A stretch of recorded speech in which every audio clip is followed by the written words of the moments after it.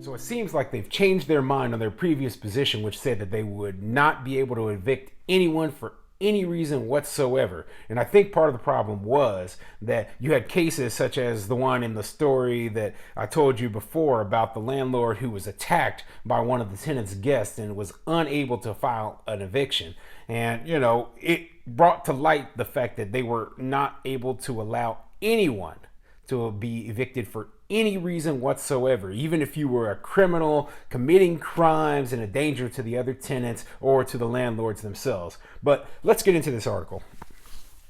The DC Council voted Tuesday to allow landlords to evict tenants who are deemed dangerous to their neighborhoods, poking a small hole in the pandemic-related tenant protections that many landlords have viewed as onerous.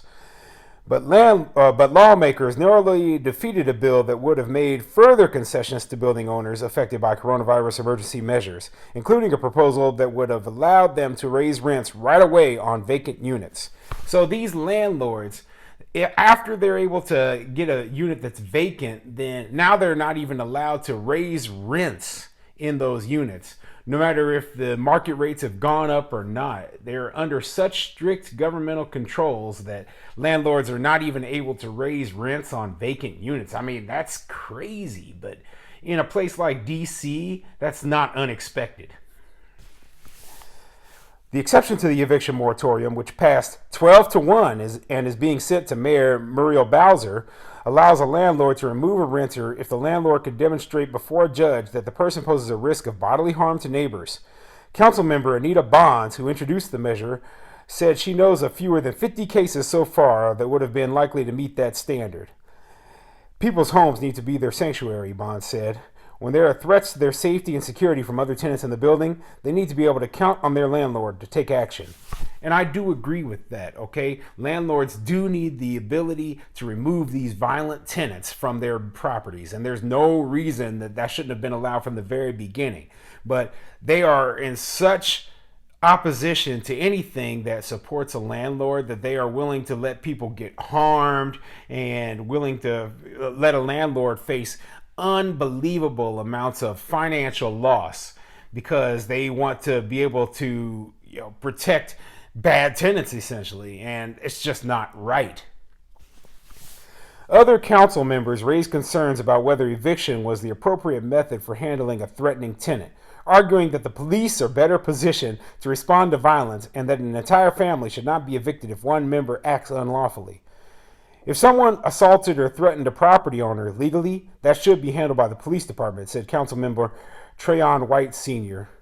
So the problem with that is that if the family members are allowed to stay, that person will be allowed to stay, okay? You have to be able to remove all of the problem, okay? You can't have the violent person's mom staying there because that person will argue that then therefore they have to remain because that person's mom is there. I mean, you have to get rid of the whole unit. You have to remove the entire problem.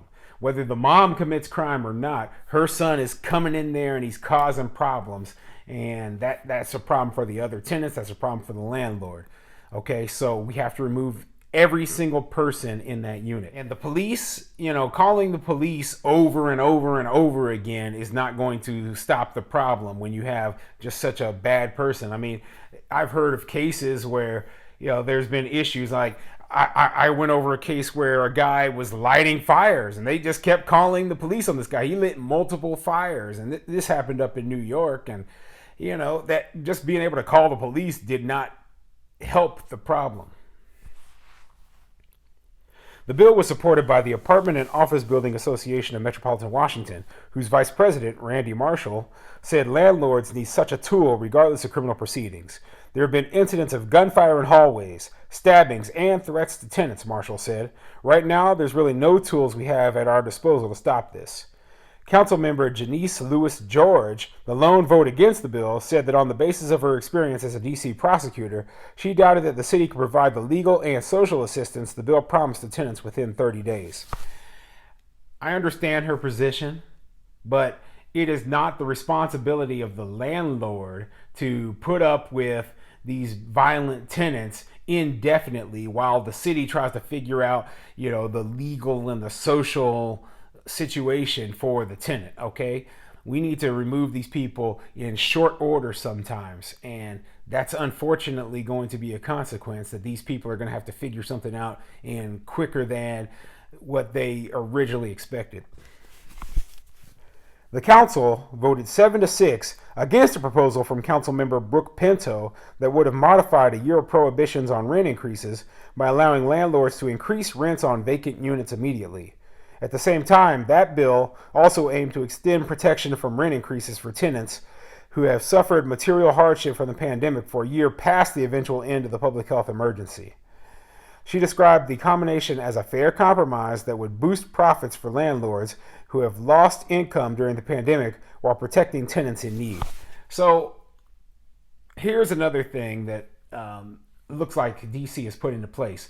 They put into protection, or put into their city ordinance, that landlords are unable to raise their rents up for a year after a unit becomes vacant, to offer, I guess, some sort of stabilization for the next person to move into a unit. I mean, it really doesn't make much sense, but I don't even question weird ordinances like this. I would never, and I mean never, even attempt to do business in a place like DC.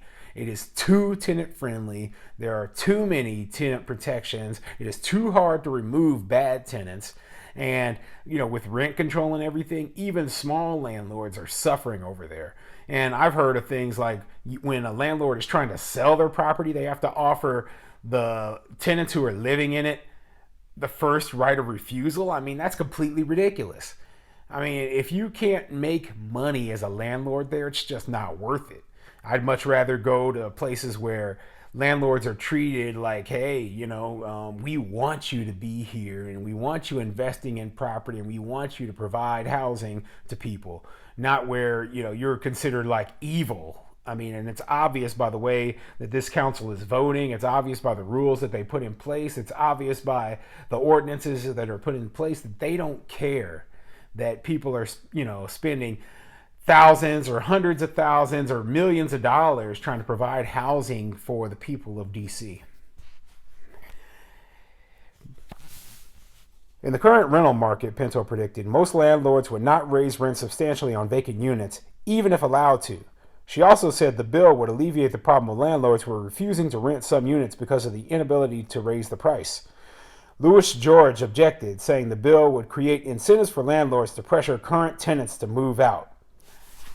That's completely ridiculous. And, like they were saying, there's current landlords out there who won't rent their units because they can't raise the rent. So, I mean, that's all meaning that there are less rental units out there for tenants who need them. There are units just sitting vacant. And I don't blame the landlords. If you're unable to raise the rent and then you move a tenant in there and then that tenant is under rent control and they stay indefinitely, I mean, I'd much rather keep my unit empty until I am able to allow rent raise.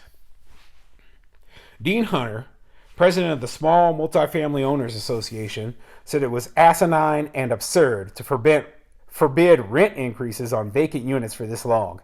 I wish I had the ability to impact council members' paychecks for a year and see how they feel about it, he said. It shows an ignorance of what it means to run a small business as a landlord. So it goes more into local stuff about the halfway house, and I'm not really interested in it. The main point of the story is that now it looks like DC landlords will be able to evict violent tenants for the first time since the beginning of the pandemic.